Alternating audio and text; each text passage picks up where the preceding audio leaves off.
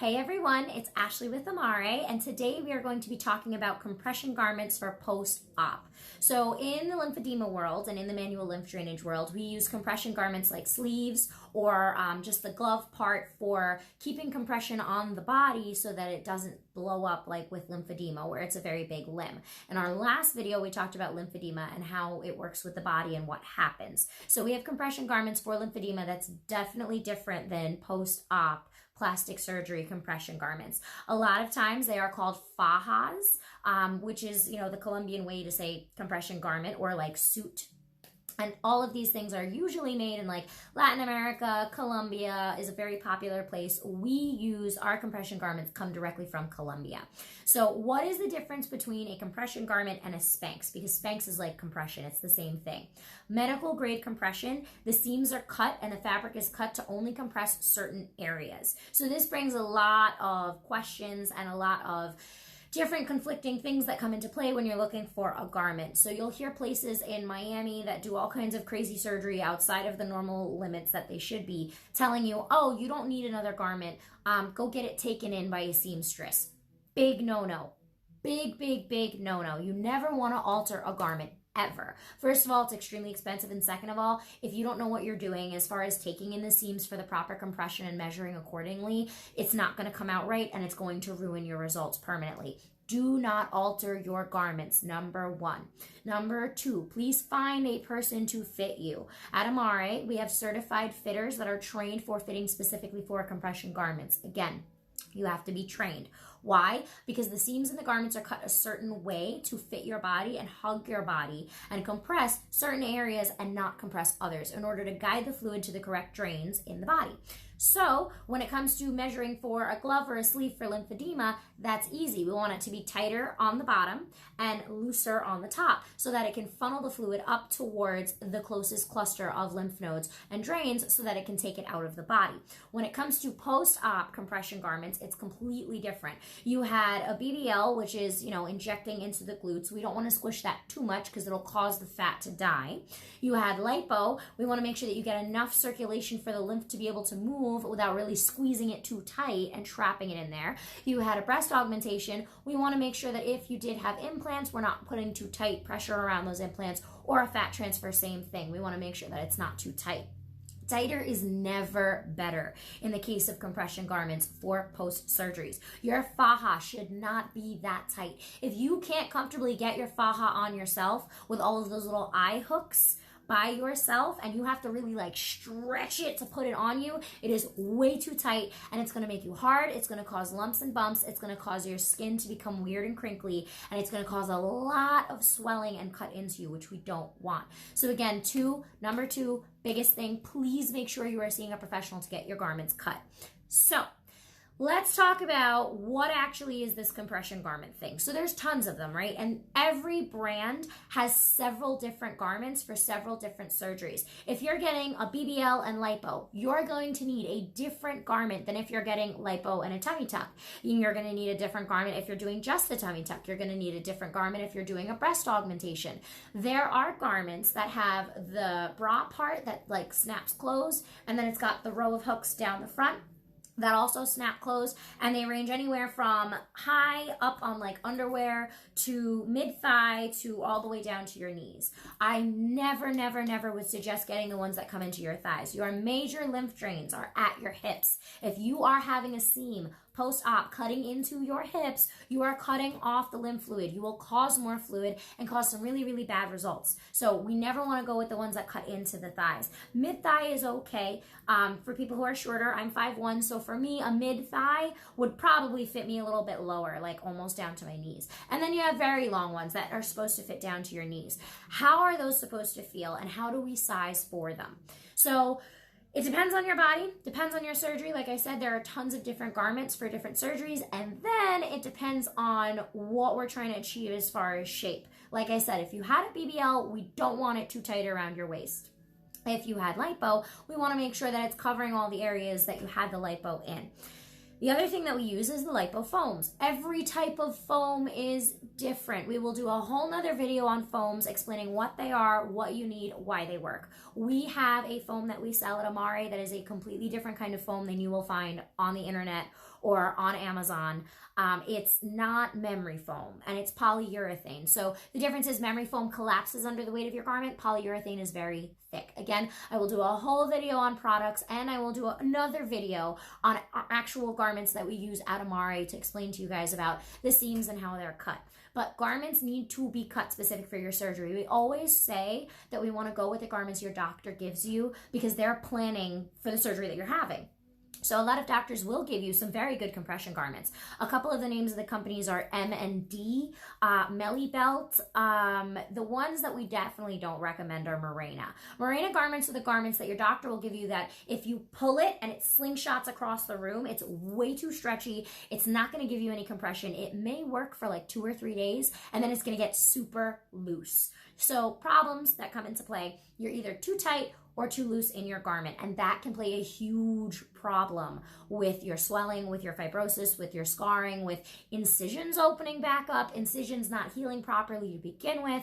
So all of these things are super important. A very loose garment will cause you to blow up everywhere and get very hard because your body is not being held. That fluid isn't being pushed back into the tissue. It's just hanging out in the interstitial space. So we definitely don't want a garment that's too loose. If you can pull your garment away from your body comfortably, or if you can fit your whole hand down in your garment as it's on your body, it's way too big. So we also, again, don't want it too tight. So if you can't put it on you normally, like actually get it on you, then it's too tight. It shouldn't have to be you pulling or having somebody else squeeze you into it. If it doesn't feel comfortable, if it feels like it's cutting off your circulation, do not wear it. Get a different garment. So those are the two major ends of the spectrum. When you get a garment from your doctor, it can be a range of things. Sometimes they fit for them. 90% of the times they don't. They try to just squeeze you, especially in Miami, into the tightest thing because they're taught as doctors, more compression is better. That is not the case. If you are squeezing and you are getting squashed into that thing, you can do so much damage, especially when you're talking about a fat transfer. So if something doesn't feel right, definitely try to check with your doctor first. Then you have the other end of the spectrum where there's a lot of doctors that don't give you garments. They kind of tell you, okay, you don't need a garment. You kind of do. You always need a compression garment. You just had surgery. If you, like I said, stubbed your toe or, hurt your hand, you wrap it in an ace bandage because that compression really helps. The same thing with surgery. It is so, so, so important to have your faja, have your compression garment, and wear it 24/7. If it doesn't fit right, please, please, please reach out to us. We do virtual fittings. We do virtual pre and post-op consults. If you need recommendations for a garment, if you're not in New Jersey and can't get to us to get a garment, we will give you some references and resources. And like I said, we do virtual fittings. So I can teach you how to fit at home, tell you what type of garment based on what you're getting done and what your body looks like. So please feel free to reach out to us for that. So talking about garments themselves, right? So we said a couple brands, M&D, Morena, Lady Comfort is the one that we use, that we love. We work personally with them in their shipping process, development process, ordering process, that whole thing. So we work very closely with them, and they supply us our garments per, whatever surgery we're looking for to get garments for. So we work with them. There are a couple other companies out there. I know, like I said, Melly Belt. There are actually a couple places that do garment fittings or faja fittings. They are like the Pink Room Shapewear is one of them. I know there's a couple places down in South Amboy that do them as well, but they're an actual kind of Victoria's Secret but they sell shapewear, so it's called shapewear. There's a big difference, like I said, between a Spanx, which is a shapewear that's very elastic. Morena is like that. That is not a good, suitable post-op compression garment. You want something like Lady Comfort that's a little more rigid. You want something that has thick seams, something that's not going to be super stretchy. Garments should not be stretchy like that. Again, they are cut to compress your body in certain areas. So when we're talking about fitting for garments, how do you know if it's going to be too tight, or how do you know if it's tight enough, right? So I could tell you all these things, but when you get it, you're like, I don't know. Well, here's how you want to check. The seams on the garment should be kind of like looking like they're on the outside. The material should be a little bit thicker. It shouldn't be a stretchy material. And the seams shouldn't be tiny little sewn in things. They should be thick seams that run along the curves of your body for that reason, because those seams are pulled in tighter in areas like your stomach for lipo, where it's supposed to be in. Those seams are also running along the sides of your thighs and the inside of your thighs to get that thigh compression proper the way that it is. This is also the reason you do not want to take it to a seamstress. There is no seamstress on this planet that specializes in taking in post-op garments. All they'll do is take your measurements, same as you would regularly go to a seamstress, tell them, hey, I need this a little bit tighter, and they'll take it in, but that is throwing off the proportions. The reason we measure and fit for compression garments is it's all about proportions. So when you come in, we'll measure you, and then if it's pre-op, we'll take into account, okay, how much is this going to be built in as far as putting in a fat transfer, or how much is going to be reduced if you're doing lipo of the arms, lipo of the thighs, it doesn't matter where. But we account for these things when we're in the office, which is why we do the fittings for you and we can do them virtually, because I'll be able to tell you what you need once I figure out your original measurements and what you're trying to get them to be. So again, taking it to a cleaner's to get it fitted is not really the right move, because you're spending upwards of $100 when a garment is maybe $70 itself. So it makes sense that if your garment isn't fitting you, maybe, yeah, you do need another garment. Or, like I was saying before, the lipo foams help bridge that gap between your body and the garment when you're in between that next size. So there's always 3 hooks on our garments. Some have 2, some only have 1 and a zipper. Those garments we really don't like. If your garment only has 1 row of hooks on the inside and the zipper, you're gonna wear out of that garment very, very, very quickly. The other thing is you can use the lipo foams to bridge the gap with that, but it has to be the right kind of foam that doesn't collapse under your garment, and you have to put them in a certain way. Now, how do we do that? Again, we'll have a video on the lipo foams all about that. But you can use the lipo foams to bridge the gap in your garment. But if your garment is that big or that tight, you're either not going to get the lipo foams in, or the garment itself is going to be too big and the foams are going to slide all over the place and it's going to be super uncomfortable. A good garment should fit like a really good bra or a really good pair of leggings or a really good pair of socks. They actually have those socks that have like the compression around the middle of the foot, like the arch support socks. That's how your garment should fit. Those socks, if you look, are designed to have those little ridges around like the area where it holds the arch of your foot. And then there's a different texture, a different material, or it looks like it fits a different way on the toe and the heel and the ankle. So again, those socks are designed for proportional measurements, as should your garment be. So if you're just ordering a medium or a small off of whatever site, Colombian sizing is very different.